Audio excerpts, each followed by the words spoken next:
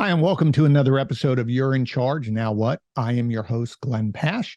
And thanks for coming by the channel. This is where each week we host episodes, conversations with industry leaders, or just myself chatting with you to focus on building skills necessary to help you become the leader that you want for yourself and also for your team. So thanks for coming by. Make sure you subscribe. But let's dive into today's episode.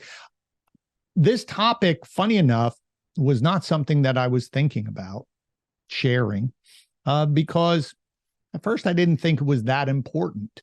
I thought most leaders would understand this topic, but reality is I spoke about this at an event recently, and the reaction of the audience blew me away.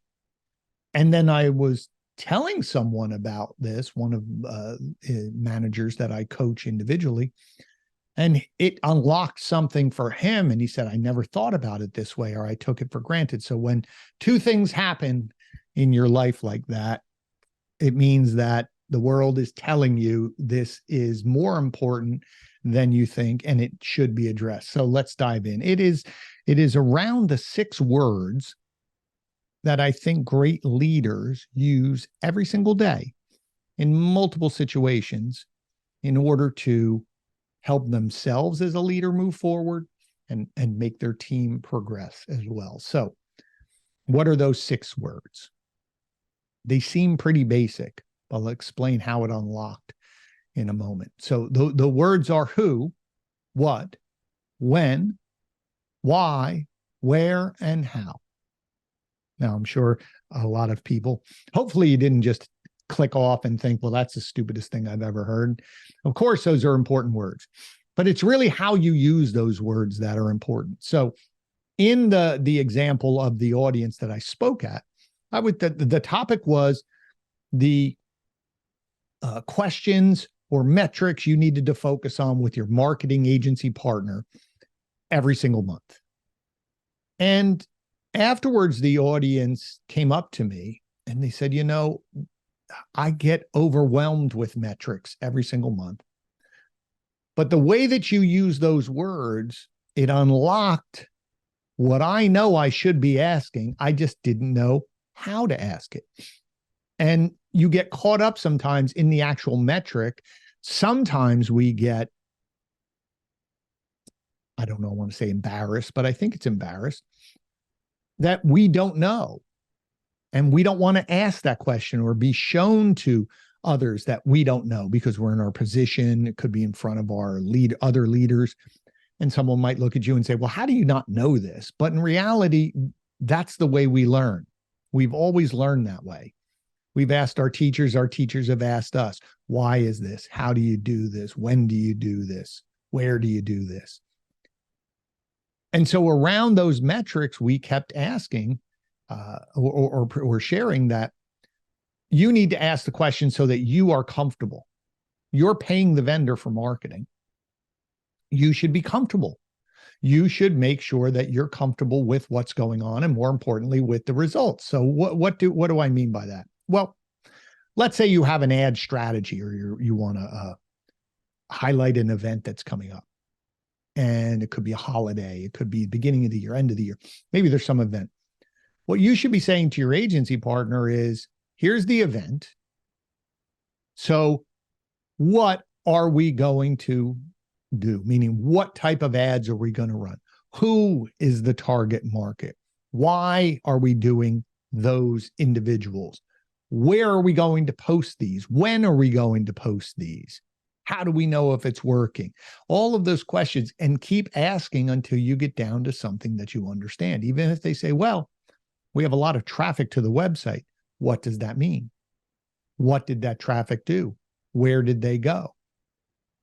Oh, well, we got a lot of conversions. What are you calling a conversion? How many did we get? So again, it keeps getting it down to basics so that I, as an individual, understand what's happening, meaning the actions and activities, so that I can feel comfortable. Where are those people coming from? I could be advertising in an area that I don't want to, could be wasting money. People came to the website, but they didn't convert, didn't give me a phone number, email, because they're too far away. But the more, if I only look at one piece without asking those questions and digging down, well, then I could be frustrated.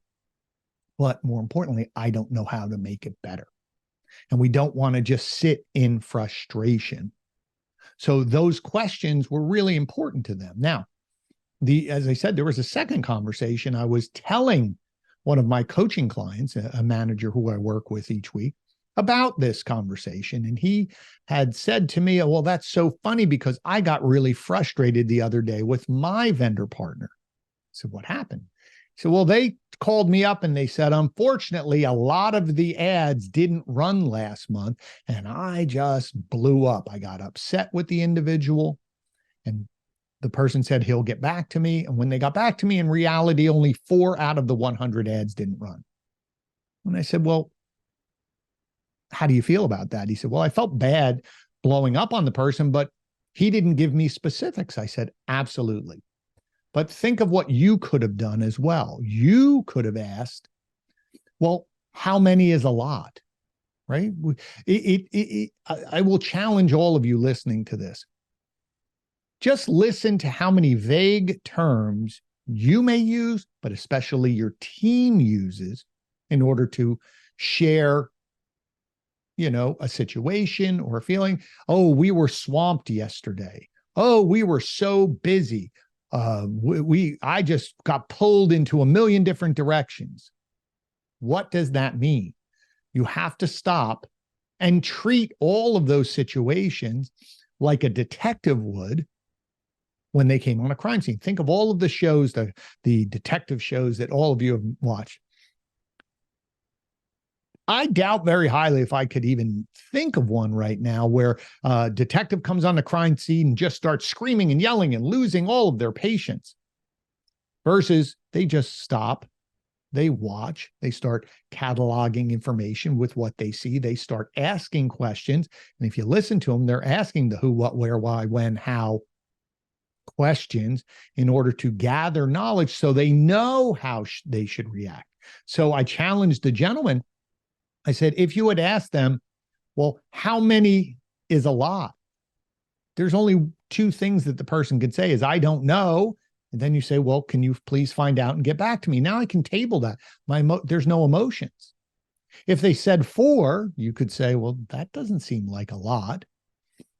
Now, if they said 80, you might turn around and say, well, that's a lot. I challenge you again.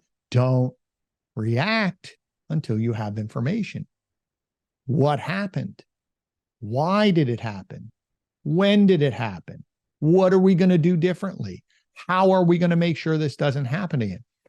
What we're doing is gathering information so we know how to react.